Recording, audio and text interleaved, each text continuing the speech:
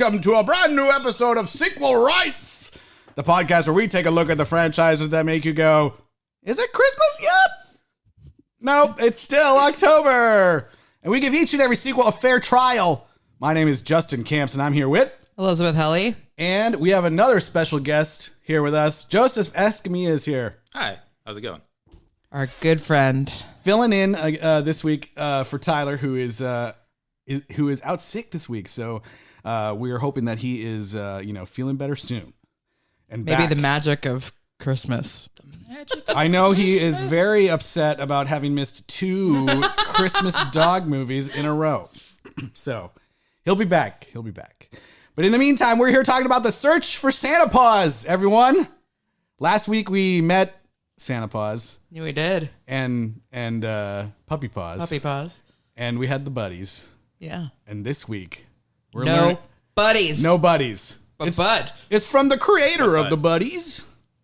Search for Santa Paws. Say that on it says that on the poster. On the DVD poster. Okay. From the creators of the buddies. Oh boy. As soon as this after we asked Joseph to do this and I started watching the movie and I was like, oh God, I feel so bad. Hey, it could be worse, I think, actually. You've had me on for some great stuff, right. Bill and Just Ted's to balance it out. Journey, Oh, that's true. We did. Poltergeist, and now the search for Santa Paws. Santa Paws is bogus. Amazing. Journey. You are such a good friend. Yeah. Well, before we get too far into this holiday spirit episode, Elis, where can actually I should say Christmas spirit? Sorry. Christmas spirit episode. Actually, when you talk, I'm only hearing barking for some reason. I don't hear anything. It's because you don't believe. No. Okay. Where can people reach out? Where can people reach out to us this holiday season? Email us at sequelrights@gmail.com or find us on Twitter, Instagram, Facebook, and YouTube, where you can listen to every episode ever at Sequel Rights. And please rate and review us wherever your podcasts are sold. That's Spotify, Amazon, whatever. Not Amazon. I don't know. Google. For free. Yeah. Wherever they are still. Pocket Casts. Yeah. Apple Podcasts. Please. Yeah. That would be a greatest Christmas gift for us, and it will make the magical Christmas icicle nice and good. I was going to say something worse, but I didn't want to go there. Okay. So. Thank you. All right. Before we dive in with the trailer, Joseph, we got to ask. Okay. Is this your first experience with the buddies or Air Bud or anything along those lines? It is my first true experience. I think I put on some sort of Air Buddies movie as a joke in the background and could not get past the first 5-10 minutes. Okay. Fair. This was kind of a better reintroduction to this. How about the original Air Bud back in the day? I don't think I ever saw it. Okay. Yeah, me neither. That's fair. That's fair. Until this podcast. Were you able to hear Paws and Santa Paws throughout the movie? It kind of weaved in and out. Oh, okay. So I heard some barking, and then I heard some actual Christmas spirit stuff, and I was wondering where it was coming from. Oh. But then it went right back into the. So you're a sometimes believer. I think so. Right. All right. Fair. And you're coming at it from a slightly different perspective. You would be one of those people that watch the Star Wars prequels before watching the original trilogy in the Santa Paws world, because we already met him as a grown-up dog last week, but you're coming in with prequel first. Yeah, and he's a legend, because the subtitle is The Legend of Santa Paws for that. Yeah. So what did you did you feel like you were missing anything, any pieces of the puzzle? I feel like I just need to understand the magic of this universe and what is actually going on with these buddies. Okay. And how they're able to talk. And right. There's some Santa magic going on, and there's some divine spirit happening. I don't know. There's very much craziness. So. Okay. Well, we'll get to it. You were like, what happened to George Wendt? I'm kidding. George Wendt previously played Santa and has been recast or precast as Richard Real. He did look very Coca-Cola Santa. So, all right. Very commercial. All right. Well, let's put our jingle bells on and get into it. Christmas, the most magical time of the year. And the best Christmas I remember is the one where I became Santa's best friend. Truth is, it almost didn't happen. Without Santa's magic crystal, he could become mortal. So, can you start today? What kind of work is it exactly? In-store Santa. I need help finding Santa Claus. Hi, we'll do this together, Wally. Fun is so amazing. The kids are just drawn to him. She wanted me to get a puppy to cheer up the girls in the foster home. Who knows what kind of trouble Santa Claus and Paws are in? I don't know if I'm the real Santa Claus or not. This place could use some Christmas cheer.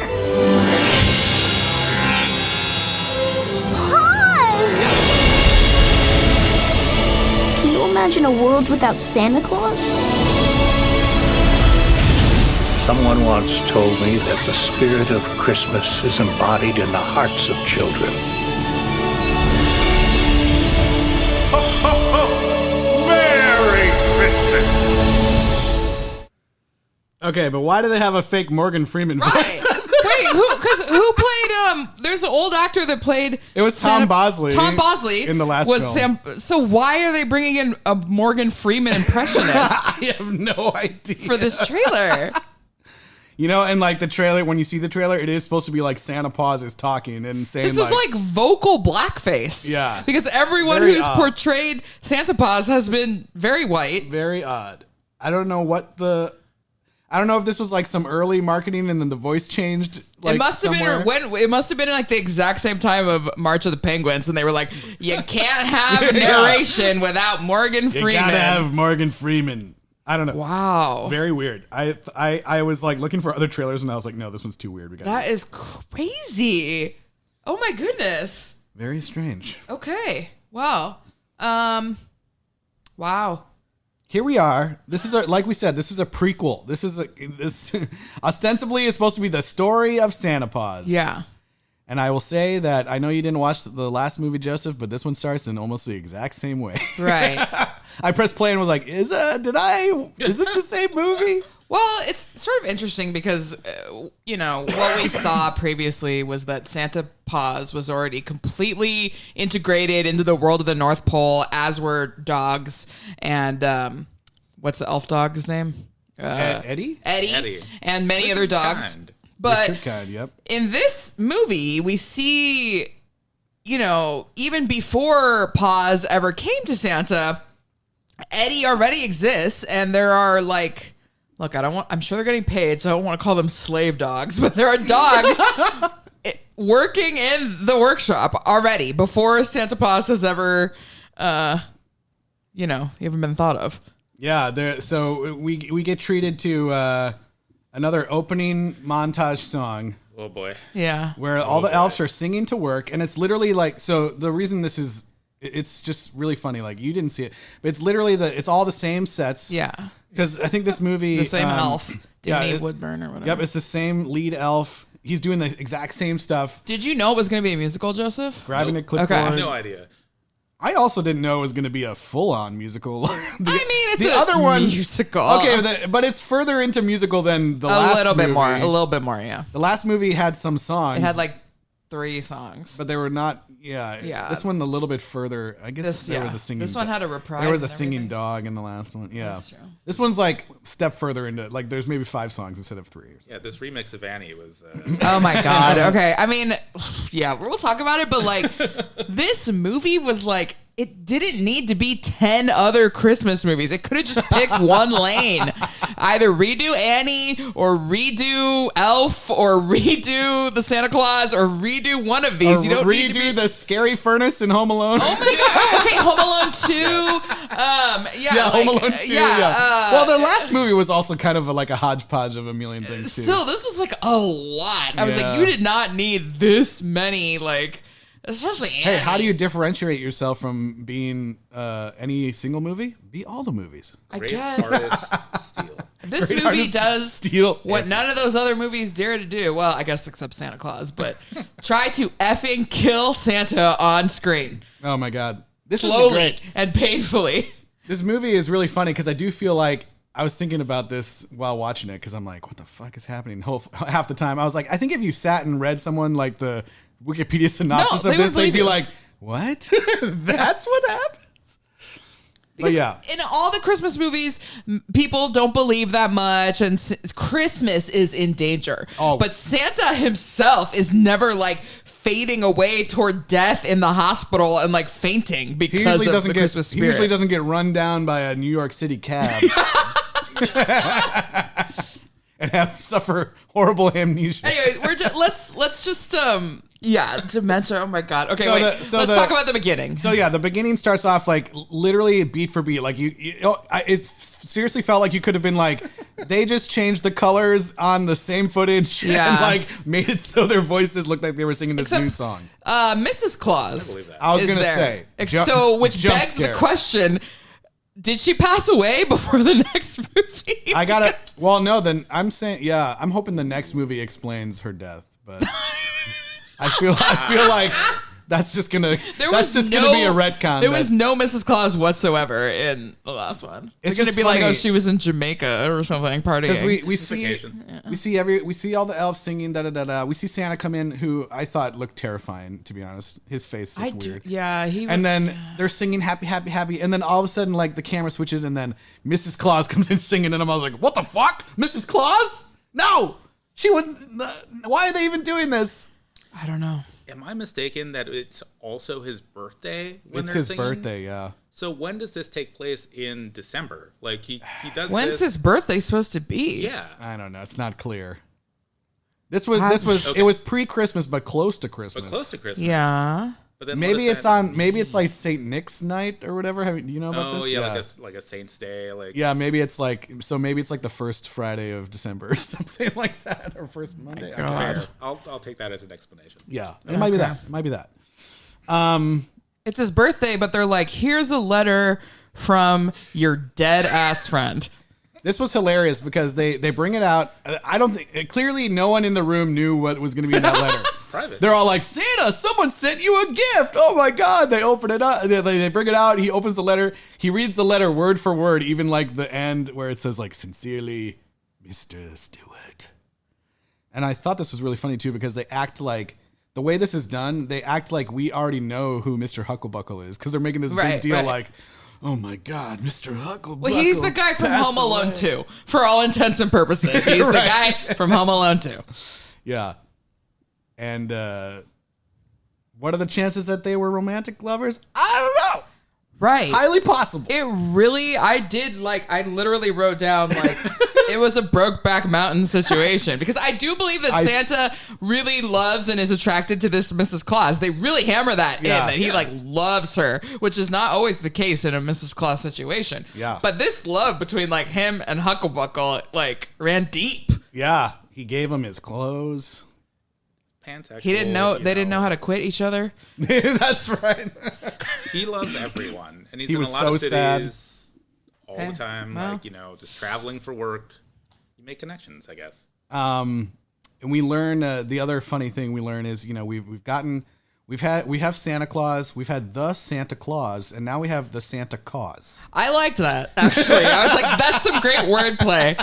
The Santa Cause. I like that. Santa's got his own kind of agenda. He's out there trying to push up the Santa Cause. I'm actually shocked that the Tim Allen verse has not said that at some point now. It was kind of funny. Yeah. They're like, he was a great patron for the Santa Cause. Yeah, I thought that was probably one of the funniest jokes this whole movie. I liked that. Yeah.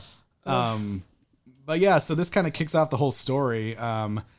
Since Mr. Hucklebuckle was apparently so good at, cheering up the Christmas spirit in New York, now Santa has to go there himself because Christmas spirit has been a little bit wonky. Yeah, but before that, he's so depressed about his dead friend who sent him a stuffed animal dog, which is sort of a strange gift. But the elves then take it upon themselves to take that stuffed animal to the Christmas icicle. Joseph has questions. Okay, this is where it got me. Yeah. I was like, okay, now I'm invested in this story, because not only are you bringing sentience to this toy, right? You are giving life to an inanimate object. Is this the power of Christmas? Question mark. Santa Claus? Question mark. This icicle that apparently exists? Yes. I guess that's it. So The icicle was in the last movie. So the icicle, it measures the amount of Christmas spirit in the world, but also you can like take It out. grows bigger. You the can more take its it sure does. You can take its magic out to like do other things too, and then these like little crystals that they have are like little miniature. They're not cold though, but I guess they can transport the magic of the icicle.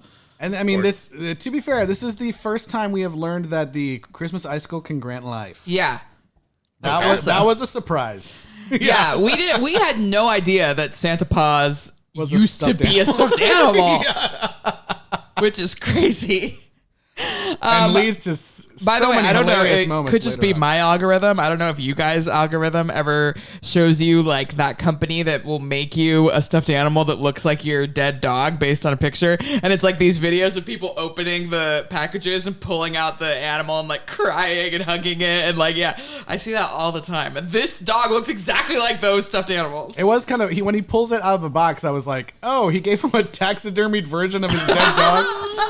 But No. the dog was never alive, so Yeah. it was just a cute little dog. And when he came alive, he was a puppy. He was like about the age of which we saw Puppy Paws, who's a different person, dog, last week. So, yeah. Puppy Paws is Santa Paws' son. Which we do not yet know how a stuffed animal turned into a real dog is able to father offspring. So many questions. Yeah. You gotta believe. Yeah. It's like a Pinocchio situation, maybe. This whole situation leads to one of the darkest moments in the entire film, which I thought was really funny. It's obviously not played as dark. I'm just pretending. But there's that moment where like as soon as his name is just Paws. Yes. His name is Paws. It's not Santa Paws yet. His name is just Paws.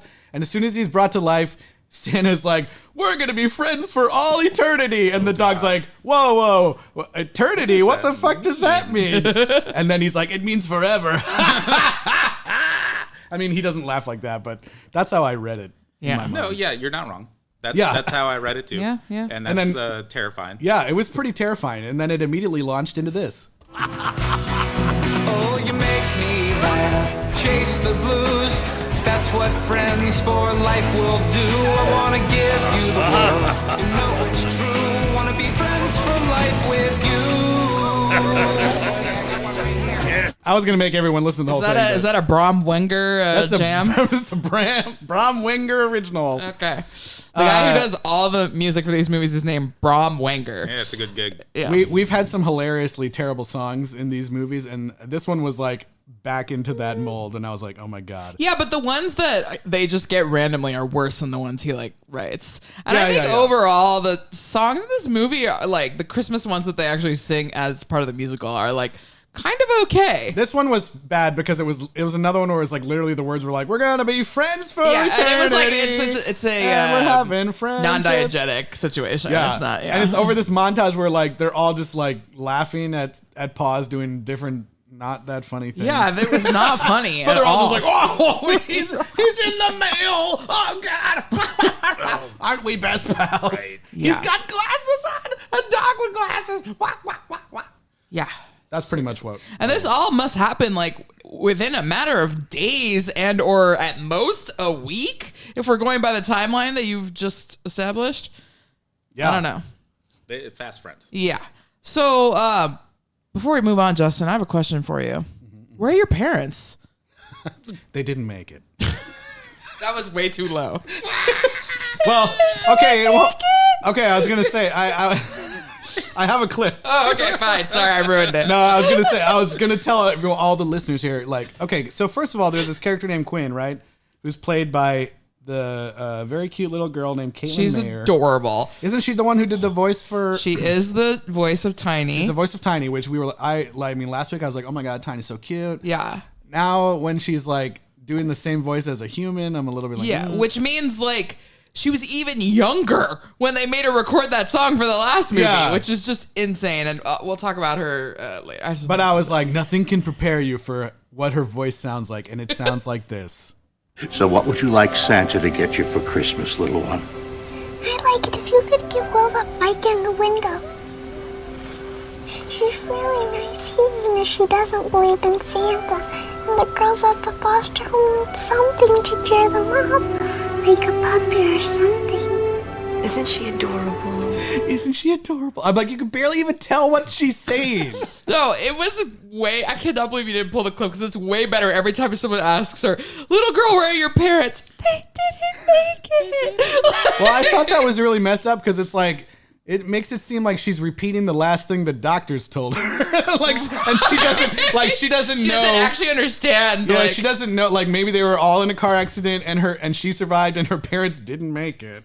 And someone told her they didn't make it, and that's what she says That's to what everybody. she just says. She doesn't understand that they're yeah, like that's what dead. it sounded like. Oh It's my so dark. God. Like why would she keep saying it like that? Well, also, it's not They even didn't like, make it. yeah, it's not even like we know, like, oh, it was a car accident, it was a fire, and they were escaping, or it was I don't know, a flood, and they, I don't like, what did they not make? Yeah, right.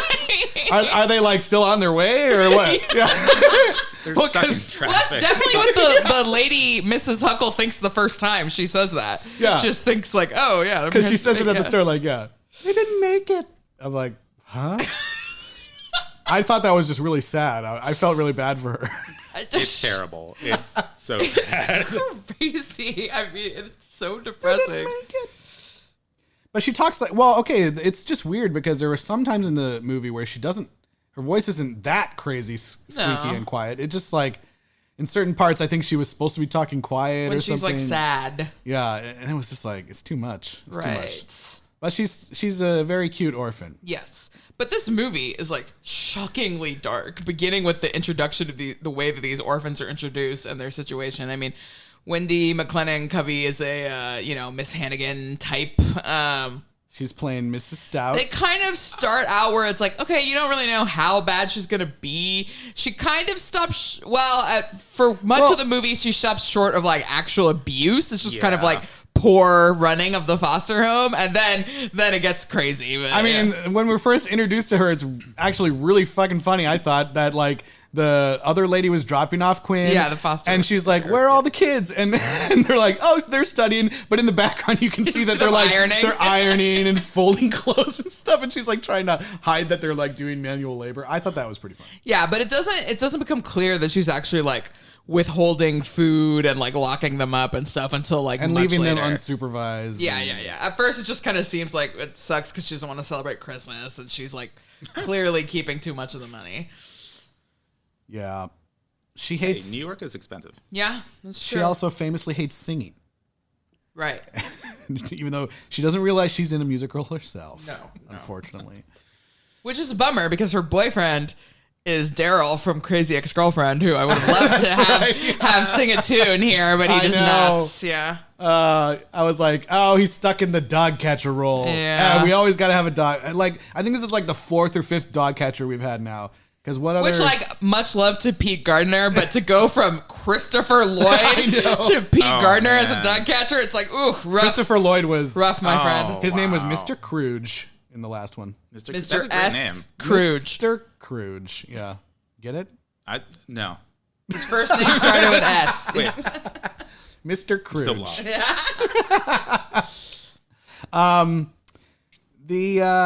So the whole story here.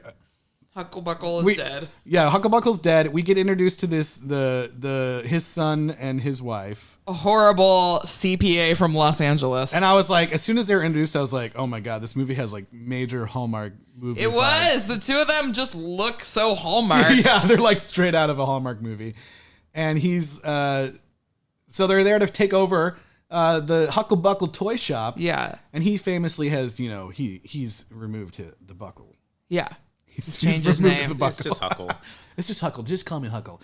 And we have the return of someone awesome. Yeah. Bill Cobbs is back. Shocking. Which is crazy. So at some point after he retired from teaching basketball and being a school playing janitor, basketball. he became a lawyer to a wealthy toy store owner in New York. I don't know. This guy was the coach in the original. He was in the Airbag. first movie. Well, he was the yeah. janitor who was secretly a former basketball player who then became the coach. Yeah. Secretly also studying law. Yeah.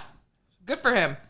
And I don't know. They must have only had him for like a couple scenes because there's some hilarious moments where it's close up on him and then you pull back to the city and it's like clearly some other dude dressed as him walking down the street, like right at the very end. I was like, that's not him. That's a different guy.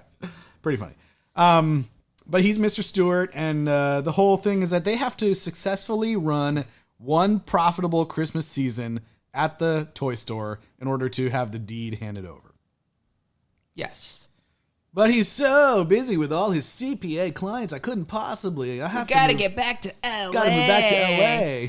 And they're like, oh, God, this is like the worst part because they're like, oh, I'm sure that it's going to be like hard for you and your children. And it's like, dun, dun, dun. She's like, we don't have any. Well, she specifically says, we haven't been blessed with children yet. Which, like, I'm like, we don't need to bring blessings and I was into like, this, please. Every little thing that happened in this movie, I was like, because last week we talked a little bit like, are these movies... So the last movie has like a dog, Joseph, you weren't here. It has a dog say like, thank you, Lord, for this meal. And then like there's kids praying to Santa and all this weird stuff.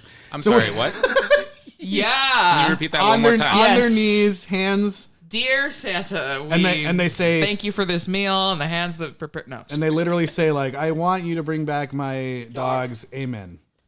To Santa. Okay. To Santa. Because that ties into my theory for this movie, which we can get into later. But Well, we were wondering if they're now going to continue furthering the Christian agenda. I think they do. Well, I just don't like the way she says it because there's a way. I mean, every woman's going to be on her own journey about this, but just there's a way to be like, oh no, we don't have any kids, we've really been trying, it just hasn't happened. We did IVF, blah blah blah, whatever, and this was like. 10 years ago, so maybe people weren't talking about it as much, but to use this like weird euphemism and to have her look so just like depressed, like I'm this barren woman, I have no value, like it's just like crazy. We haven't been blessed. Yeah. And it's like, it's also like shortly after this too, when Mr. Stewart's leaving and Scott or whatever his name is, Scott. I don't know. I just said Scott. Is his name Scott Huckle? I don't know. I think you're thinking of Scott Calvin. Yeah. Mr. Huckle, he says his name is James, sorry. Yeah. James Hucklebuckle. He says, Happy Holidays, and then Bill Cobb turns around and goes, Merry Christmas. And I was like, oh God, is this another like War on Christmas commentary in this movie? That was about it though. There wasn't as much. There was a time later when they have the big musical number where all the girls get like these magical Christmas dresses, and then the one girl who doesn't believe in Christmas is wearing like a very Hanukkah coated blue and yellow outfit, and then eventually she believes anyway. But I'm kind of like, but then it really like that dress alone made me think like, well, what about Hanukkah? Honestly, come on. Anyway, but like, there's a little like angel ornament that Quinn has, but they never go into like your parents are in heaven or anything like that. So. I thought they did say it like, they're in heaven now. Oh, maybe or something. No, like, she always just says they didn't make it. Really? She never says like they're dead or they're in heaven. Yeah, I thought I specifically remembered like they're in heaven now. Oh, maybe. I missed it. I might have blacked it out. It's entirely possible we missed it. But anyways, even though I'm glad the guy from Erebus is back, he is really coming in as like a magical old wise black man, which, I guess it makes sense they tried to do a Morgan Freeman in the trailer. Yeah, but it's kind of weird. It's weird. He's only in 2 scenes, so it's not. I just thought it was cool to see him come back because we've had a lot of characters come back. Yeah, this is like a Bud cinematic universe at this point, Yeah, Bud. So Paws and Santa decide to go off to New York to try to, further the Santa cause and find. I don't know exactly were they going to do. I don't know. Were they going to pick up the letters? I don't even remember. I thought they were going to go maybe to the toy store. I don't even know. I don't even know. That's a great question because he goes on some important mission. Like, what exactly were they going to do? I mean, maybe if they just like walk around and fly around a few times, it like raises the believability of if some people get spirit. a glimpse of the sleigh. Yeah. They're like, holy shit. Yeah. But instead they land, they walk around town a little bit, and Santa is like, wow, this is cool. And Paws is like, oh my God, this is so much bigger than the North Pole. And then Santa promptly gets hit by a car. Well, first they try to rob him. A guy from the park tries to rob him of his bag, and then he gets hit by a car, and then the guy takes the bag and runs away. I I thought like a lady, he bumps into a lady and she drops her hat in the road. And then Paws tries to go get the hat and Santa's like, no, get out of the street. Yeah. But the guy is the guy already steals. stalking them, trying to steal the bag. That is true. He does stalk Santa because he likes the bag, but he has yet to do. He even knows what the hell is in the bag. I don't know. I don't think he Santa knows also this. has this famously iconic North Pole pin that was given to him from Mrs. Claus, and it is very ugly. It looks like it's from like Mervin's. I couldn't even tell what it was supposed to be. It's like a reindeer-ish. Is that what it was? It's like an artistic interpretation of the reindeer. What even is that supposed to be? I don't know. Yeah, that's what I'm saying. It's like a really old, like a really artsy, dumb-looking old woman's pin that you would get like at a department store, like at the checkout. Well, Santa did say he was like 1,600 years old or something like that. I don't know. From the golden age. But he gets, he gets hit by a car, and Paws goes chasing off after a little person. Oh God. Which was really awkward and unfortunate. Oh, I forgot to mention too that like, yes, they have a few actors that are little people to play the elves, but then most of them are just like Asian women. Yeah, like short Asian women. I if you saw like, that too. When I paused it, like when he's reading the letter, and it looks like all sad Asian ladies in the background. They're those actresses that are like we need actors who are under like 5'1" or whatever, and all that showed up was a bunch of Asian women. It was. I was wondering if you're gonna notice that because it was. I sure did. It was very weird to Yeah. me, but okay, yeah. I did not notice that, but to your point about chasing the little person down the street, Right. like watching this movie, I had to kind of go back into the like, okay, this is a movie for children. Yeah. And like you're trying to impart some sort of values perhaps for the Christmas spirit. And like, okay, not every little person is an elf as you see in movies. Right. So you go chasing down this one person, everybody's like, oh yeah, Paws. Yeah. And then they learn that it's not. I guess. I mean, they make the when same. did Elf come out? I was gonna say they make the same joke in Elf, and everyone loves that With movie. Peter so. Dinklage. When did that come out? Before this, right? Has to be because they're trying so hard. Let's look. 2003. It looks like. Oh, so yeah. Oh, yeah. long before this. Yeah. So to the point where maybe they should have not been making. like the guy is even dressed exactly like the way that Peter Dinklage is dressed in the boardroom scene. Oh wow. In that movie, so anyway. I do not remember Elf as well as I should. Yeah, that's right. It's good. Oh my gosh, I see my notes right now. I wrote down that she does say they didn't make it. They had to go to heaven. You were right, Joseph. They had to go to heaven. They had to go to heaven. Okay, well there you go. Now she does know. Yeah. They didn't make it. They had to go to heaven.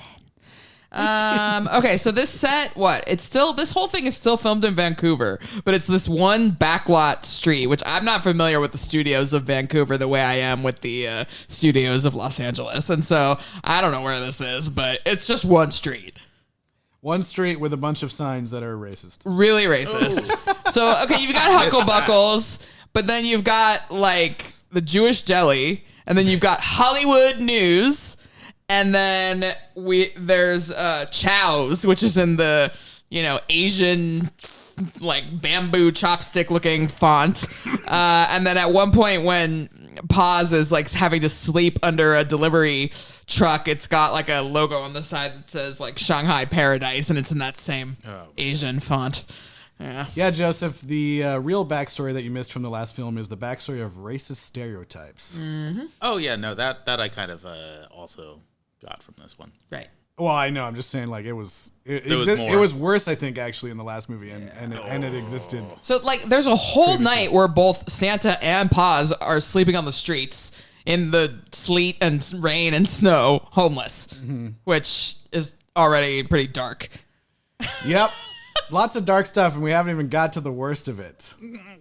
So, yeah, they're living on the street. Santa wakes up and wanders into Hucklebuckles and is kind of like, what is happening?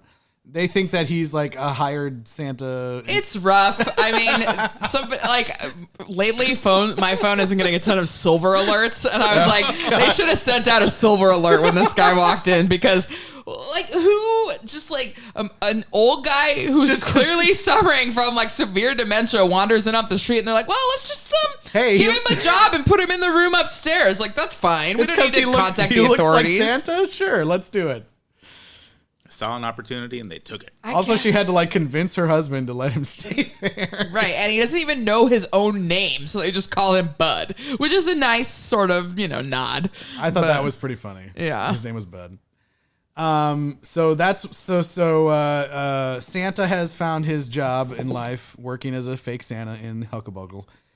Paws is out wandering the street, meeting other dogs. Yeah, and so we talked about a lot of the Christmas movies that are jammed in this one, but this one is like Lady and the Tramp jammed in this because he's like, and Oliver and Company. He's like, I gotta be street smart now. I'm gonna learn from these 3 racist stereotype dogs. He meets dogs with the names of T-Money, Haggis, and the last one is named Rasta.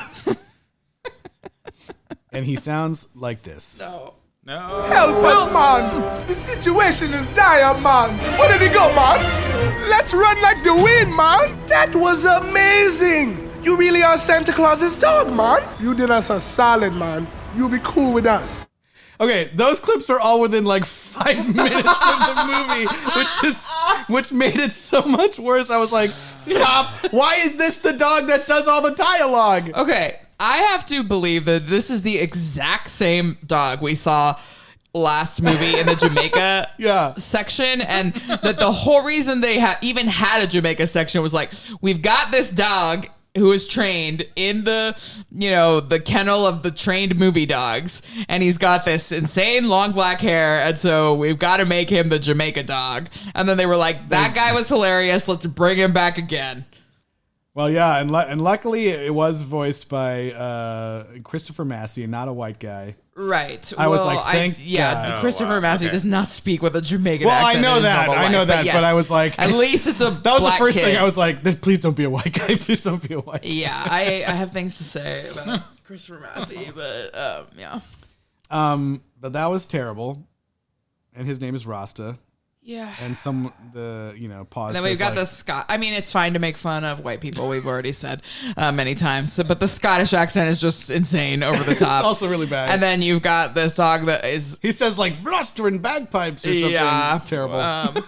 You've got a dog that is, I guess, like a gangster kind of dog. Kind of like B-Dog. But he's actually from the streets. Coded as, like... being like a gangster, probably either black or trying to act like a stereotypical black gangster. Yeah, well, and he's a bulldog, so it's like it says he's a streetwise hip hop bulldog who is super cool, in quotes, super cool. I just had never mind. I'll get back to that later. But these dogs are stupid. This would be my number 1 candidate for cut it out of the movie. These 3 dogs. They're literally in this scene, and then at the end for more. They bring nothing to it. Like, they're like, in the end they're like, okay, just in case these dogs weren't stereotypical enough, let's put on stereotypical clothes. They just were like, this dog with the long black hair is so freaking funny. We have to put him in, like, no matter what. So, I don't know. It's just rough. Yeah. Oh, shit. I didn't mean to say that. We should have a noise. I didn't mean to say this is that. like the 3rd time or something you've done that. I was like, we should have a noise that comes on like. You don't believe in Christmas. That's what it sounded like. You don't believe. Okay, we haven't even talked about these girls. The poor orphans. They're so sad. It's a hard knock life for them. And so we've got Wilhelmina. It's just Will. Yes. Thank you. Wilhelmina? Which, like, I guess she's the oldest, so she's the least likely to get adopted, according to Mrs. Stout. But, like, what they don't say is also that she's the one that's black, which is, like, rough, like, because, damn it, I said it again. Yeah. But, yeah, like, to be like, oh, like, just have her saying, like, you're not going to get adopted to her. Like, it's tough. Yeah. Pretty sketchy movie. Come on now. So she's kind of the one who's like always sneaking out, but she very quickly befriends Quinn. There's like 4 other orphans too. Yeah. And they kind of, at the end of the movie, I was thinking like, man, they just adopted those 2 girls right in front of them, and the other 4 girls are like, damn it, I knew I should have been better friends with that dog. I could have been adopted too, and now we gotta sit here with this other lady. Yeah. But yeah, they're kind of like, they're just kind of there. They don't really do much. And they're kind of they kind of give us a couple of the other songs. There's a sad Who's Gonna Comb My Hair orphan song. Oh God. Who's Gonna Tuck Me In at Night? I'm So Sad orphan. And then they also have a song about like believing in Christmas, I believe. That song's kind of a bop. Yeah. I think that song was very catchy. I had it stuck in my head for a while. There's actually like a clip.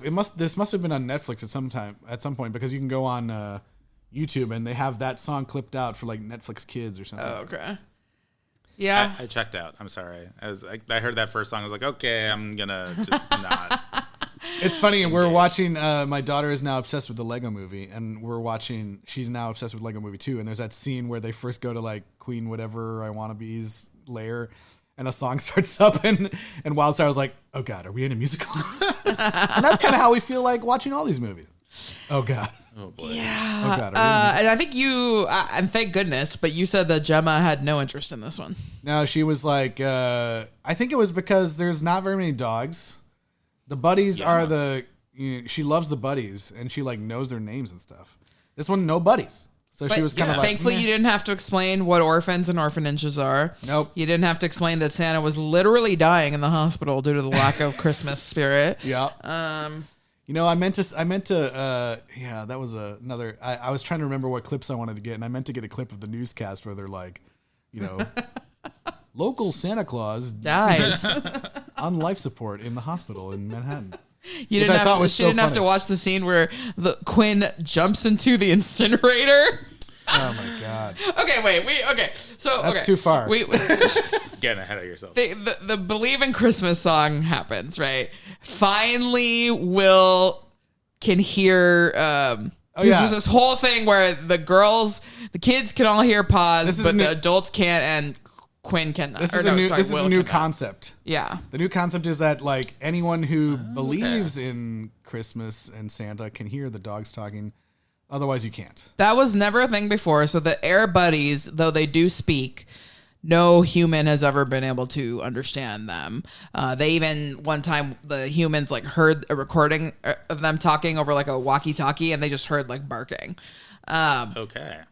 The only time a human heard a dog speak was when Eddie, the elf dog, the Richard Kind dog, pulled a Woody from Toy Story on Christopher Lloyd and did like you better, and threatened him or whatever, and then he was starting to make noise. And their explanation in the last movie was just that like they're magic dogs. They can speak. Yeah, they have those little crystals. They have Christmas magic. They can speak to people if they want. Yeah. Okay, because that was the other question. It's like, so speaking. Got it. So yeah. Yeah. So, but still in this one, even they don't actually like make it inconsistent because nobody hears those other dogs talk except for Paws. Right. Got it. So it's regardless of the belief level. Yeah. Yep, that's true. But we did. It is pretty interesting that Paz's little crystal necklace can. Okay, not only did it bring him to life, and Santa's is keeping him alive because once he loses it, he begins to slowly die, very slowly. Paz's crystal in the last movie, all it did was Christmasify things, which it does eventually in this movie. But also in this movie, it can like dissolve locks and like unopen doors and stuff like that. It gets him out of that like noose.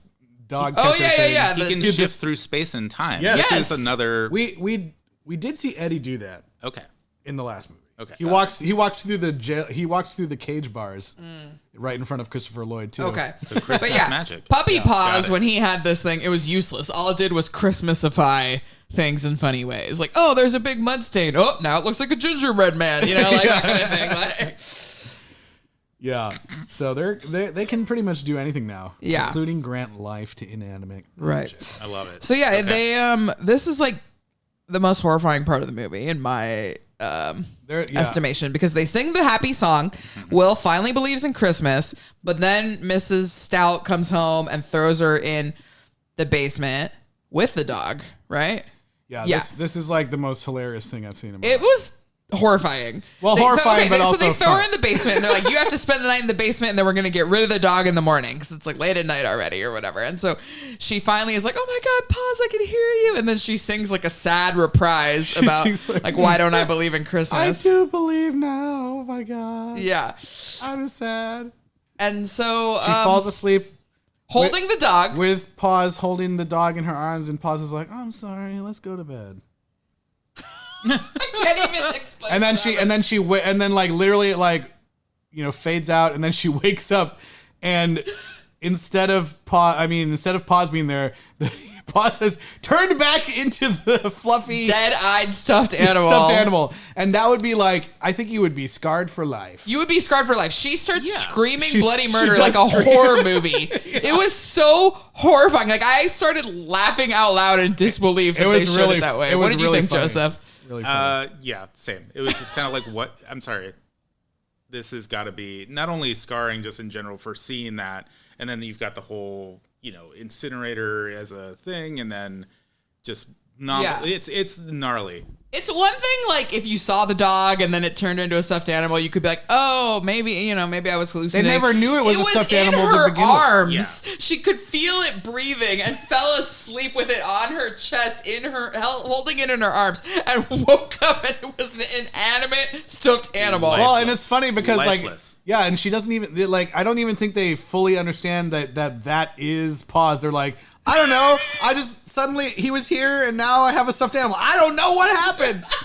And it was funny that scene before that too. Like when Mrs. Stout brings them down, I was like, is she gonna throw Paws like in the incinerator? I thought she was gonna do it right then. Like, fuck this dog, it's going in the incinerator. And that didn't happen. She throws the stuffed animal in, But which that did clearly happen the later, younger yeah. ones believe that he turned into the stuffed animal. Will is just so traumatized and confused. She doesn't even know what the F happened. She's just like, even when they finally get her to speak, she's just like, I don't know what happened.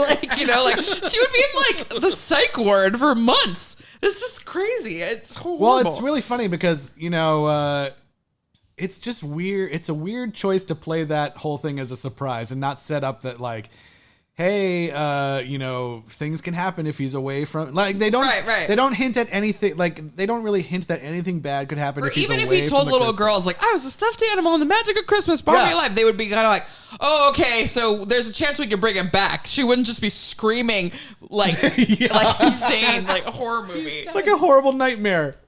It was terrible. It was really horrifying. I just was really, I laughed a lot at that because I was just like, I can't believe they just did that. Yeah. Traumatized that poor girl. It was really bad. And then we also, there's this like, you know, up-coated Boy Scout that's talking to the reindeer, right. which, okay, The so boy. the reindeer, they look much better. That's what I have to give props to this movie. They sometimes look better. Agreed. Like they're bounding through the air. Much Looked much really better. great. It Like, I was looked like, those are great horrible in the last movie, as did the Okay. the exterior shots of like the workshop to the icicle area also got much better, like compared to last week. I thought it looked literally the same. No, Justin, no way. It was leaps and bounds. There were better. straight up things where I'm like, they just used that scene from the last movie. No. No, they really improved it. I don't know. Okay. I think so not. We need to call back our animation experts. What else? Oh yeah, so Diedrich Bader plays Comet. Yeah, doing like the least Diedrich Badery He just voice I've sounds ever like heard. himself. It doesn't even sound like himself. It sounds like he did less than himself. He just did like a normal voice. Because every role he is always like, you know, I think of like Napoleon Dynamite or how he is being the Russian guy in the Space Buddies. But like this one, he's like literally He's just like- downplaying his own normal voice. Now I understand who you're talking about. You're like, Yeah. who's Diedrich Bader? Yeah, you wouldn't have even known it was him. Yeah, it's crazy. But I don't know. Apparently, the reindeer need to eat candy and stuff to survive. Yeah, an eggnog, you know. I guess. Sugary But anyways, treats. they send this poor Boy Scout to go meet with like 300 Santas or something across all of New York City. Well, he didn't have to meet with 300 Santas, but that was the only way to try to find the right one. Yeah.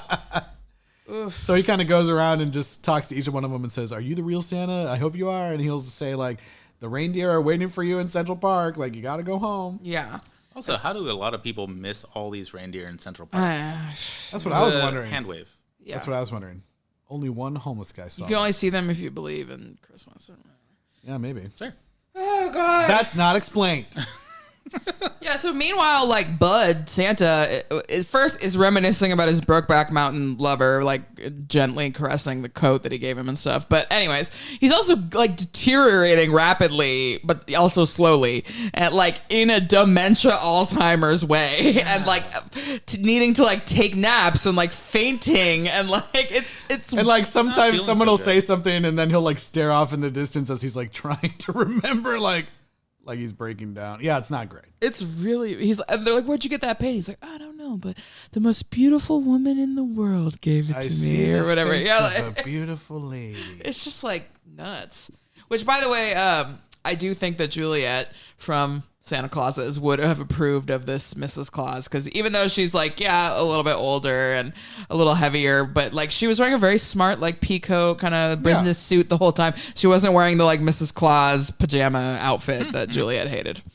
We cut back to Mrs. Claus a bunch, just being worried, Running the place, looking at her one ordering photo, Eli around, one photo of yeah. Santa, and she calls in the racist mobile Yeah. for some assistance. But it just turns into a cab this time. Yeah, you know what's gonna help you disguise yourself in New York City? A Dick Tracy ass New York cab, complete with a Dick Tracy ass New York cabbie outfit And an antique ambulance at one point. So yeah, You got to bring Ghostbusters into this at some point too. Right. you didn't see that. Yeah, the last movie, Joseph, they had the same car that could turn into anything, but it turned into like No. different stereotypical like. And then he would do the accent. No. Yeah, it was like we're gonna be in all these different countries, like India, and then He it did would a turn Apu into it would accent. turn into like a car that you might see in India, and then he would be like, No. It was rough. it was bad. Somehow, though, I do think overall, like, this movie is actually less racist Yes, than the yes, last one. it is less, but it's still there. Yeah. Cannot be denied. So, yeah, there's this whole Toy Story 3 thing where Quinn throws herself into the incinerator and Paws is about to fall in the fire, and she's, like, not that far behind him, and they, like, stop it. But it's like, this is horrifying. Quinn sucks at crawling through incinerators. Okay, she's not fast enough. Right. Paws, you know the way they showed it, I was like, that dog's gonna be burnt. I don't know. It's like It was like tipping over the singed. edge. Yeah. Like a little toasted, like a marshmarshlow, but you know. Oh, my God. This is fine. What a Yeah, nightmare. that'd be funny if he came out and like when he comes back to life, he has like a spot now because he got burnt a little bit. Yeah. That's horrible. But yeah, yeah, I don't know. Eli and Eddie come around and help everybody find Santa and find. Yeah, they Like take him to there's the there's literally a scene of random people breaking this old man out of a hospital, which is this is what I'm saying. Like the list of crazy shit that happens in this movie, if you just told someone in a line, you know, in order, would be like, what the fuck is this movie like? It's crazy. It's a different movie every 5 to 10 minutes. Yeah. You know, you just go from Orphan Annie to Home Alone to whatever, all these other things together. It's just like, oh, a little bit of this, a little bit of this. It's like, did you think you were gonna see a tiny dog dressed up like an EMT sitting in a front seat of an ambulance? Yeah, Eli's also a doctor now. Like he's wearing like the child's version of a doctor's outfit, you know, like with that crazy like I don't even know what that is. What is that thing that he has around his head that's got the big like reflector it's like a light? light, isn't it? Yeah. It's not a. Like it's something just that, like a like, metal. The Yeah. doctor thingy. Like Yeah. it's supposed to Towards reflect the light or incision something. I don't know. in some person's cat. Like, Yeah. Ugh, what a mess. But yeah, they have a bedside scene or something where the little girl actually says like, "Is Santa gonna die?" or whatever. It's like, oh my God. Yeah, and Eli turns to her and is like, I don't know. He doesn't say anything, but his face is like, I think he might die. He's not gonna make it. I think he. Santa didn't make it. I think he does nod like he might die. Yeah. I don't know what to do. But I don't know what. Okay, so they use So Paws the. says, "Give him my crystal." Oh, they bring Paws back to life. Yeah. Paws comes back to life because he gets his crystal back, You're right. and because they say like he still the lady, they say like he still has some life force left in him, and he comes back. Yeah, because even after they take the crystal, they're not. Why can't they just say he'll come back to life when he gets his crystal? They don't say that. They say even if he gets the crystal, we might not be able to bring him back to life, which is crazy. And there was no need for that. His life force is leaking out of him the entire time. I don't know. Anyway, they bring him back to life, but he decides to give up his crystal to bring Santa's back to life. Yeah, so they put Paw's crystal next to Santa, and Santa wakes up, and again he also has the horrific nightmare version of waking up to see Paws is now a stuffed animal. At least he knew. Yeah, at least he had the knowledge that he was a stuffed animal at some point. Yeah, but yeah, then they take him to the Christmas icicle. And they're like, enough? give us the magic to bring him back. And it goes whittly whittly bop. And then it's like, wah, wah, wah. He should have done the Chucky ode to a Dumbledore. Give me the Christmas power, I beg of you. That's basically what happens. And then it goes, meow. The crystal is limp. And then Santa sheds a single tear of magic. Oh God, yeah, that's another movie. There's like the Rapunzel and the Pokemon movie and like a magical tear. I was like, no. Ugh. The tear explodes into magic and wakes up Paws, but he's older. Okay, when they showed him come back, I was like, that is a fucking different dog. It's a different dog and a different voice actor. He's suddenly Mitchell Musso from Hannah Montana. He basically has a teen. He has a Super Saiyan power up where he now is become Santa Paws. Yeah, now they're like going to give him the title. It's just my name, right? He was just like, now you're Santa Paws. Yeah, yeah, for no reason, and it makes. It was like, oh, you're traveling by yourself. It makes no sense. How about sense. Han Solo? I don't understand why. Like, clearly they felt like, oh, well, he needs to look like the dog from the last one by the end. I guess. But like, why? But not really. They just make him like a teen. They don't make him a Tom Bosley situation. No, yeah, but he's like the same size and everything. I don't know why they felt like they had to do that. I guess we'll find out. Yeah. It's like an adolescent Simba situation. It's so weird. Yeah. Also, the movie's called The Search for Santa Paws, and I kind of feel like they weren't really searching for him. That wasn't really what was happening in the first couple minutes. No. Yeah. Okay. Also, his name wasn't Santa Paws. It was not until the very end. So let's do the child star check-in. Child star check, child star checking in, child star check-in. They're a child star, and we're checking in now. Yes, Joseph, the child star check-in now has its own AI-generated jingle. That's right. Amazing. It's great. Anyways, perfect. Okay. So we covered that Caitlin Mayer was tiny in the last one, and I did tell you that she has her own franchise as Pup Star. But what I didn't know about her last week that I have learned in the last week is that she's actually the youngest ever person to make it into the top 10 of America's Got Talent, like in one of the first seasons. So that is actually how she became famous, quote, quote. And then that's why they got her to sing that song as Tiny in the first one.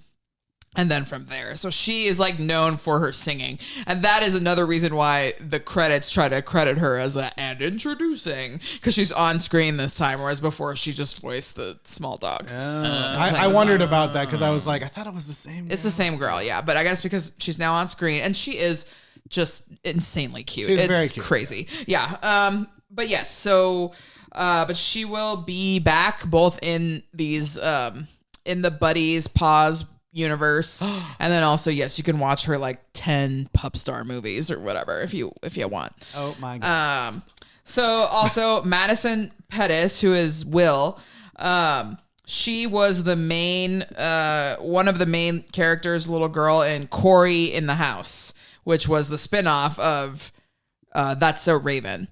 When Raven's parents, at least the dad, who was a chef, went to go be a chef for the White House, and they took the younger brother with them, but not Raven, because I think she went to college. I thought you were going to say her parents didn't make it. No, they made it to the White House. And then Cory was, I guess, in the White House, and I think this girl was maybe like the president's daughter or something. I don't really know who she was. She has also voiced one of the main characters in several Beverly Hills Chihuahuas. Yeah, I don't know. That's more talking dogs we haven't got to yet. But you may, I guess she's best known for her role in the game plan with The Rock. Like she's the little girl for which he must make a game plan, I guess. That's her. And she's still acting. She's still out there. And she will be soon seen in the Netflix production, The Wrong Paris. I don't know what it is. Oops, went to the wrong Paris. Yeah, maybe she goes to Texas. Yeah. What a bummer. So Michelle Creber is Taylor, one of the orphans. I think the redheaded-ish one. She is the voice of many, many, many My Little Ponies. Oh, wow. Many of them. And is also in Yellow Jackets in a small role. Oh, wow. Melody B. Choi is Mary. She is the Asian orphan.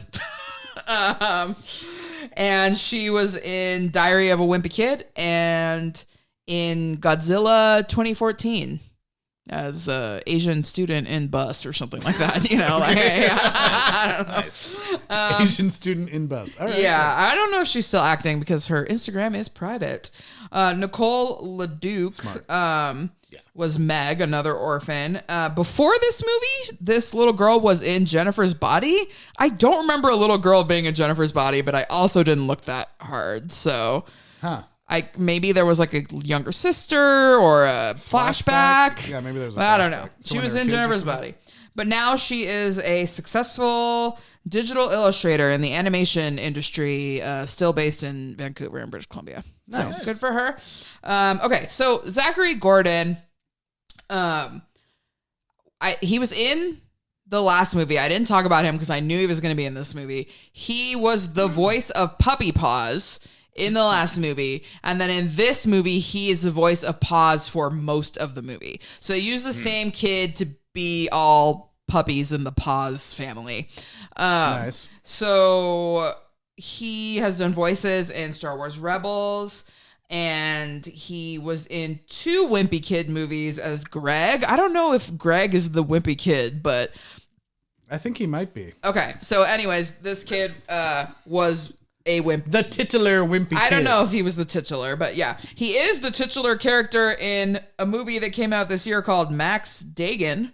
And he will also be in a movie. Dagan? Yeah, there was like known actors in it, so I don't know what it is. But he will also be in a movie called Gettysburg Address next year that has a lot of famous actors in it. So I don't know what the deal is with that. Good for him, Zachary Gordon. Boring. Yeah. So we talked a little bit about Madison Pettis being in Cory in the House. But there's also another connection because Christopher Massey, who is the voice of the Rasta, the Jamaican dog, he is the brother of Kyle Massey, who was Cory in the House. Christopher Massey is his brother. He's most known for being in Zoe 101. So he was like Disney adjacent, but he was on Nickelodeon.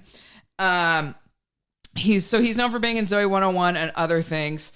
I think we talked about this before when we did Beethoven's Christmas Adventure that starred Kyle Massey. Oh, yeah. But Kyle Massey had some scandals with texting and young women and whatnot. I don't know if Christopher was involved at all, but the only reason I even bring up Cory is because I have a picture of myself and my friend Kyle, friend of the show, with Christopher Massey and Cory Massey from the premiere of High School Musical 3, which took place at the USC Galen Center.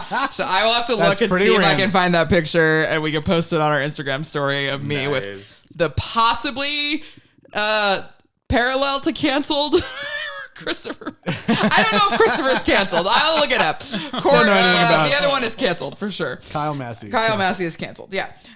Speaking of Disney Channel, like I said, once Paws is aged up into Santa Paws, his voice immediately changes to Hannah Montana's Mitchell Musso, which is very crazy because he's at this point quite a big deal in 2010, and they get him for 3 lines and then he pieces out. Wow. So that's interesting. Also, there was a couple of girls who were uncredited singers on this. Some of them did their own singing. Obviously, Caitlin Mayer did her own. But it seems that Madison Pettis did not do her own for those sad reprises. And she was dubbed over by Pia Mia, who I guess is kind of a well-known artist now. Pia Mia? Yeah, she has a ton of music videos on IMDb. I don't know. Cool name. Really. Yeah. Not sure. Anyway, she did that uncredited, and a few other girls did as well. So wow. That is the Child Star check-in for this episode. That's an intense one. Yeah. But then there were more people that are in this that are still going to be coming back in the Buddies universe, so I didn't even write them down. Oh, okay. Yeah. So wait, you're saying that Quinn comes back, but not Wilhelmina? I'm not saying Quinn comes back. Oh, I'm saying Caitlin Mayer comes back. Okay, that actress comes back. Yeah. Okay. Because like we said, this is like, at this point, Airbud Studios is like the Marvel Cinematic Universe. Like they're just going to bring people back and make them whoever they want. Yeah, I was not expecting Bill Cobbs to come back. I mean, come on. They're like, Johnny Storm or whatever his name is, Flame. Yeah. Like, he's Captain America now. This guy was the Airbud coach. Now he's the lawyer. Yep. Bring him in. This girl was the little dog. Now she's an orphan. I don't know. So Diedrich Bader can do another voice. Yeah. And we'll talk about it, but the one who plays T-Money is a white kid who has previously been B-Dog. So all right, well, there you go. Yeah. That makes sense. Oh, wait, no. B-Dog is always, what's his face? Oh, yeah, no. B-Dog is Skylar. Yeah, Skylar Gisondo. Yeah. But it's one of the other kids from before is T-Money. I was wondering about doing a Skylar Gisondo impression. Yeah. Yeah. Terrible. Yeah, I mean, everything kind of wraps up. There was one more moment at the end that I was like, that almost made me pass away. We much like Santa. Yeah. You almost passed away. We get to the end, and like, yeah, Joseph, we talked briefly a little bit about this, but not fully. The end of the last movie had this long, extended, like, joyous Christmas choir sequence where they were going to all these different countries, and they made this movie and someone thought, like, you know what? Everyone loved that so much. We got to reference it in this movie. And so there's a moment where, like, Santa, I see what you're saying. Santa and Santa Paws, like, jet off to go, deliver all the gifts. And then everyone suddenly, like, there's this big moment where they're singing this big Christmas song with the choir again, like last time. And Mrs. Claus walks up to the giant map board. And I was like, I literally said, like, dear God, like, when this started happening. Do it. I was like, oh. And they're going. I was holding my breath. They're going, and then this happens. New York. Okay, but like last time they went to Jamaica, they went to Japan, they went to Mexico, Australia, okay, and London and Paris. The way he talks like he's quote unquote from New York. He did that same thing. And also the music changed. So I was and the choir changed. Yeah. I was so horrified for a split second that they were going to do that all again. Yeah. Luckily, they only go to New York, and that's it. And I was like, oh, thank God. Thank you. Like when he said Tokyo, Japan in the last movie, it was like a Nemoidian situation. Yeah, I know you'll know that. And the music, the music changed to like, what you would. Oh boy. Yeah, like a Japanese string instrument. What horrible stereotypes you would think of. Yeah. And the maracas came out for Mexico. When they went to Mexico, they had. Oh yeah, instead of cookies, they had chips and salsa and bean burritos. Hey, you know what? It's terrible. Wait, you're Mexican, right? Yeah. Did you put out bean burritos for Santa? It's like at least Dulce. Come on, like exactly. Did you leave some? There's a multitude of delicious Mexican desserts that could have been put out. Some tableside guac for him or anything? Yeah. That's basically what they did in that movie. They did. Terrible. But yeah, so they didn't do that in this, but they did like call back to it, which I was. I was very nervous. Horrified I was very nervous. But then luckily the movie just ends and that's it. Everyone's happy. Santa Paws went through flash puberty. Yeah. And that's it. It's a way to do it, I guess. Yeah. Oh, and there's a name change if you haven't. Oh, yeah. What's the. Oh, right. Well, yeah, because it's, you get. So, okay, the one thing that we haven't touched upon. Yes, go for it. is the name change from Hucklebuckle. Oh, right. To Huckle. Yeah. Because you're embarrassed about your heritage. Goofy Christmas toy maker name, I guess. Yeah, I guess. It's not even that bad. It's not. And you're just kind of waiting for it as an adult. You're just waiting for it. It's like, okay, when you're gonna have to change it back. And like the very last line of the whole thing is like, actually, it's Hucklebuckle. We changed it back, or whatever it is. I don't know. That character sucked. I also thought they were terrible. I also thought it was kind of funny how easily he agreed to like adopt 2 kids. Yeah, they couldn't decide if they wanted him to be like evil or just like a little ornery. Like they kept kind of waffling back and forth. Like there was that one scene where he has to play Santa for like 2 seconds and he's like, being Santa fucking sucks. He's like, the kids are scary. I just don't know how to deal with them. But now I have 2 of them of my own, so it's fine. Well, yeah, his wife was gonna leave him if he didn't. She was like, luckily we've been blessed with 2 orphans. Yeah. Can we also take a small moment to discuss what the actual like spirit of Christmas is in these films? Right. Because very unclear. As far as I know, everything that I saw in this film is just like buy things for other people. Right. Like give gifts to other people. Give, yeah. purchase and consume. Don't even give. Purchase a toy and you get one for free, and you give that one to the people. But you have to spend $100 first. Was that a stipulation? Yeah, he said there? spend $100 and then the free gift goes to the needy. Terrible people. Yeah. And then he's reluctant to do that in the first place. It's like, I don't know, we're gonna do.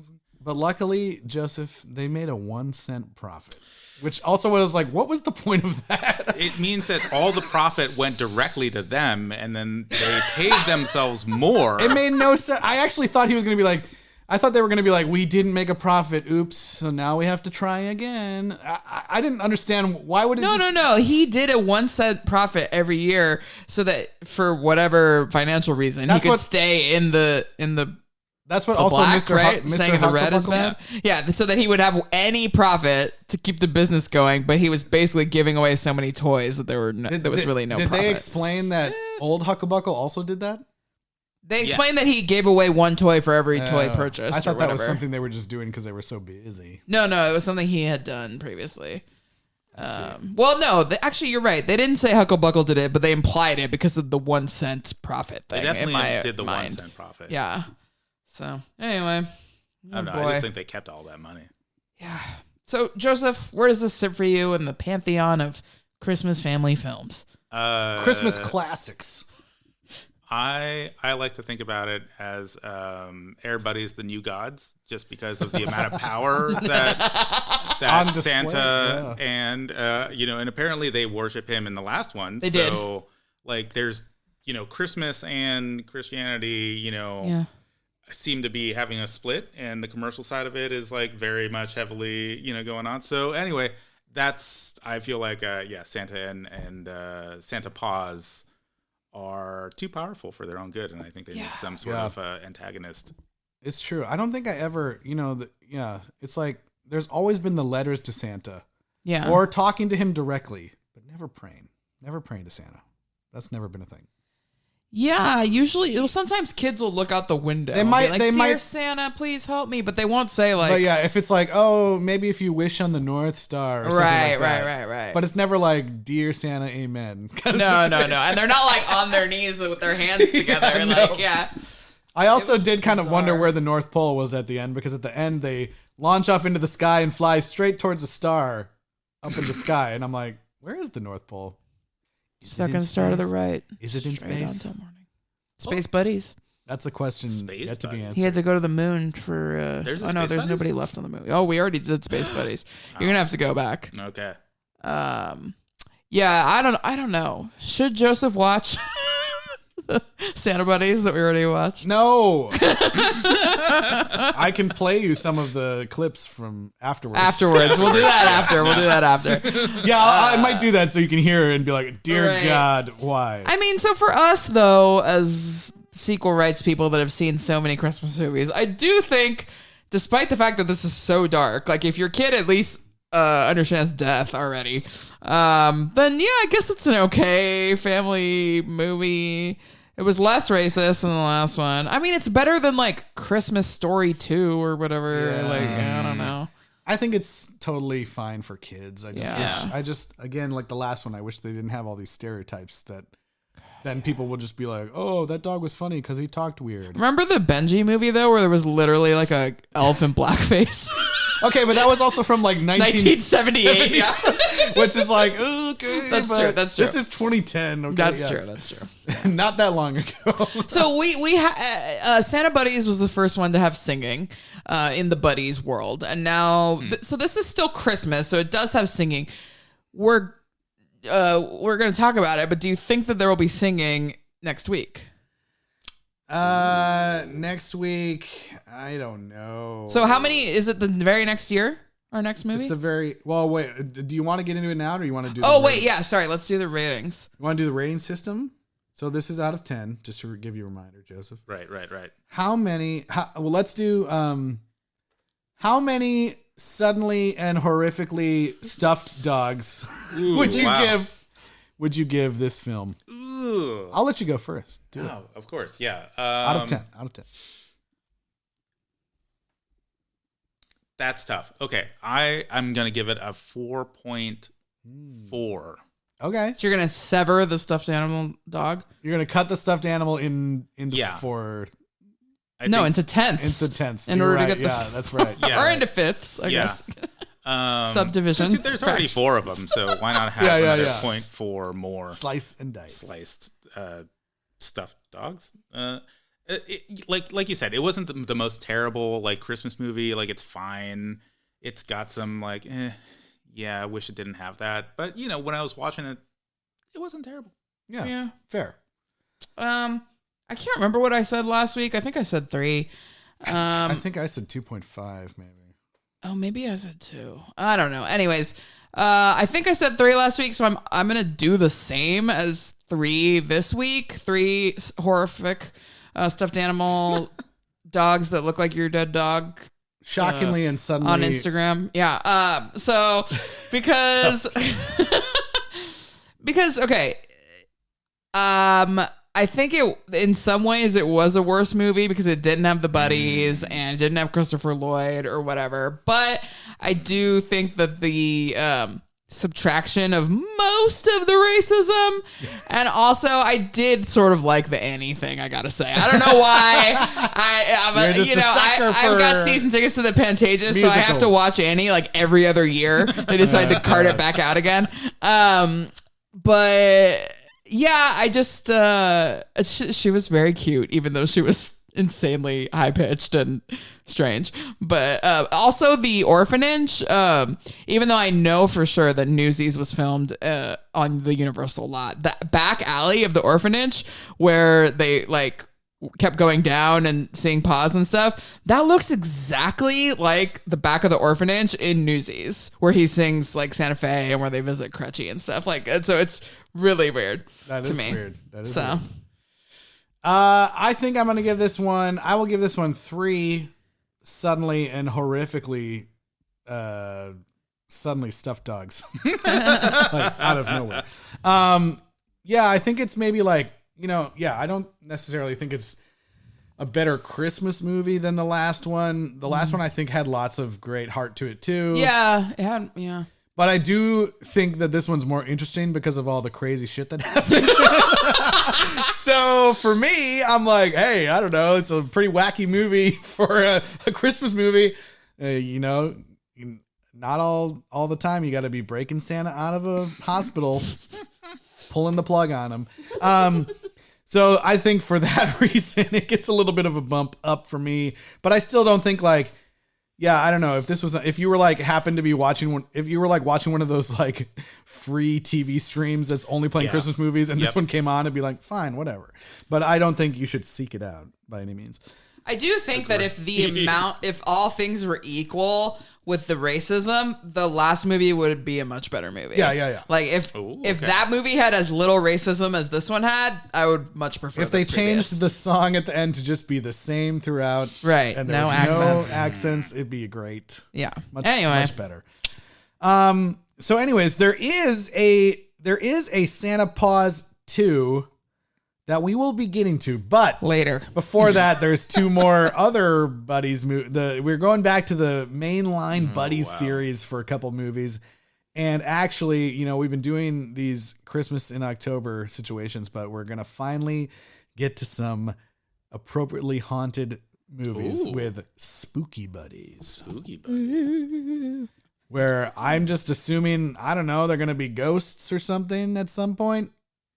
I mean, even though we've had Santa and all this magic, I'm going to guess that Spooky Buddies is a Scooby-Doo type romp where there's actually nothing supernatural involved. There's just going to be like some sort of villain that they're going to think foil it's a haunted plot house, or they're going to think it's something, but it's just some like scary old Are we guy. going to go back to wine country? Oh, maybe. Or are they gonna like cast spells and, you know, maybe reference classic Universal monsters like the Hunchback? How dare you? How dare you, sir? I had to do that. Perfectly played. You're evil. I gotta imagine that they're gonna go trick or treating. That's at least that's what they're gonna do, right? I hope so. They gotta put on costumes, go trick or treating. It would be pretty funny if they were ghosts at one point. I mean, no spoilers, and I don't know if you're covering this, but as I was kind of looking at the other pantheon, wondering where all the cats are in this situation. Right. There is one, and that does seem to have a little bit of magic to it. But I don't know. That is not Spooky Buddies, and I don't know if it's We did have one cat in Air. There was a Whoopi Goldberg Whoopi cat. Goldberg played a cat in Are you one of kidding these me? things. Yeah. No. Wow. Very not kidding. briefly. Are you kidding? Are you kidding me? Watch out. Watch out. Ew. But yeah, so that'll be the next one, and I do think it's gonna come out for you guys in October. I believe. We'll see. Yeah, I think If we not- might have shifted it. If not, you know what? You Close can enough. You can extend it into the Day of the Dead or whatever. Halloween all year long. That's right. Christmas early, Halloween late. That's how we do it on Sequel Rights. But in the meantime, Joseph, thank you so much for being here with us. Yeah, of course. This Hopefully we didn't ruin your week with the search for Santa Paws. Were you worried at all that they weren't going to find Santa Paws? a little bit, yeah. Yeah, I know. I feel you. But was a I little worried, figured, you know, you can't have a title like that and then not find him. So I know. Got to be, you know, you're searching for Santa Paws, even though he's called Paws the whole movie until the like, very where end. is Santa Paws? Shit Where doesn't make is no Santa sense. Paws? I was, yeah, exactly. You know, you were like, where is Santa Paws? Anyways, thanks for being here. Eliz, where can people reach out? Email us, sequelrights@gmail.com. We want to hear your pitches for more buddies, honestly. More buddies? More buddies, yeah. We're getting down to the wire here. I was, Yeah. I was commenting to Joseph beforehand that I was a little bit shocked that they aren't still making these movies somehow. I mean, we'll see. They might be. Well, I mean, the last one on the list is 2013, so they aren't really making them. I guess you're right, yeah. Well, we'll talk about it when we get there. I know, I'm just Stop saying it. putting the I'm just saying, it's sleigh been 10 before the plus reindeer years. It's or been whatever. 10 plus years. Okay. Reboot. We're waiting for them to announce it while we're doing the podcast. We'll come in with breaking news. Okay. Anyways, yes, sequelrights@gmail.com and Twitter, Instagram, Facebook, and YouTube @sequelrights. And rate and review us on Apple Podcasts, Spotify, everywhere that you can give us love. Please do. It warms our hearts this holiday season. And yeah, I don't know. It helps us get in front of new fans. If not, we might turn into stuffed animals. Yeah, and like Ela says too, you can check out all of our stuff on YouTube, and you can give us thumbs up, and I think you can hype up. I heard you can hype. We definitely have less than 5,000 followers or whatever it is. So you can hype us up if you want, if you feel so kind. That would be great. We would love it. And as we do nowadays, we got to end the show with an AI generated song. And this week, I had a lot of options. I was like, my first thought was like, should I write a song about how orphans are annoying, even though they're orphans? sad and cute? Yeah. And then I decided originally, like, I was gonna do a song called like "Don't Play in the Incinerator," and I tried that. I tried a couple of that, and some of them were kind of funny. But then I ultimately landed on a song called "The Huckle Buckle Shuffle." And for this one, this is entirely AI generated, so As you might hear almost immediately, like some things are weird about it, but you'll understand. Here is the prompt that I use just so you can get a full sense of what's happening here. I wrote, write a hilarious song about the film The Search for Santa Paws, where as many lines as possible have to rhyme with Hucklebuckle, even if you have to make up words in the process. So the AI just went totally nuts with that, and you get the amazing song, The Hucklebuckle Shuffle. If you want to, email us with the dance moves for the Hucklebuckle Shuffle, I'd love to see that. Send them in. True. But in the meantime, thanks again for being here, Joseph. Thanks for listening to us. And we'll see you guys next time for Spooky Buddies. Happy holidays. Let me tell you about a town called Huckle, where the snow falls down with a gentle snuggle. Santa's on his way, but he's in a bit of trouble. Lost his paws and his hat. What a crazy kerfuffle, Huckle. Hucklebuckle, what a chuckle. Jingling bells and a frosty knuckle. Reindeer dance and snowflakes snuggle. Come on, everybody, do the Hucklebuckle. In the Hucklebuckle toy store there's a bustle, with kids all around doing the present hustle-wustle. There's a magic dog who's fuzzy, kinda fluffy muckle. He's here to save Christmas with a bark and a muscle puffle. Hucklebuckle, what a chuckle. Jingling bells and a frosty knuckle. Reindeer dance and snowflakes snuggle. Come on, everybody, do the Hucklebuckle.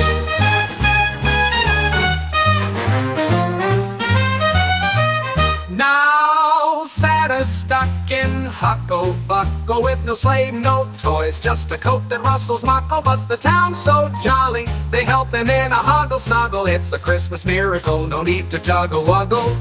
Miss Stout's in the mix, with a scowl and a frown knuckle. But even she can't stop the joy in Hucklebuckle. So we deck the halls with tinsel. It's all a knuckle-fuckle, and everyone joins in with a holly jolly chuckle-buckle. Hucklebuckle, what a chuckle. Jingling bells and a frosty knuckle. Reindeer dance and snowflakes snuggle. Come on, everybody, do the Hucklebuckle. So if you're ever feeling down and need a Hucklebuckle, just think of Santa Paws in the town of Hucklebuckle, with magic in the air and a little holiday truffle suckle. You laugh out loud and join the Hucklebuckle Shuffle.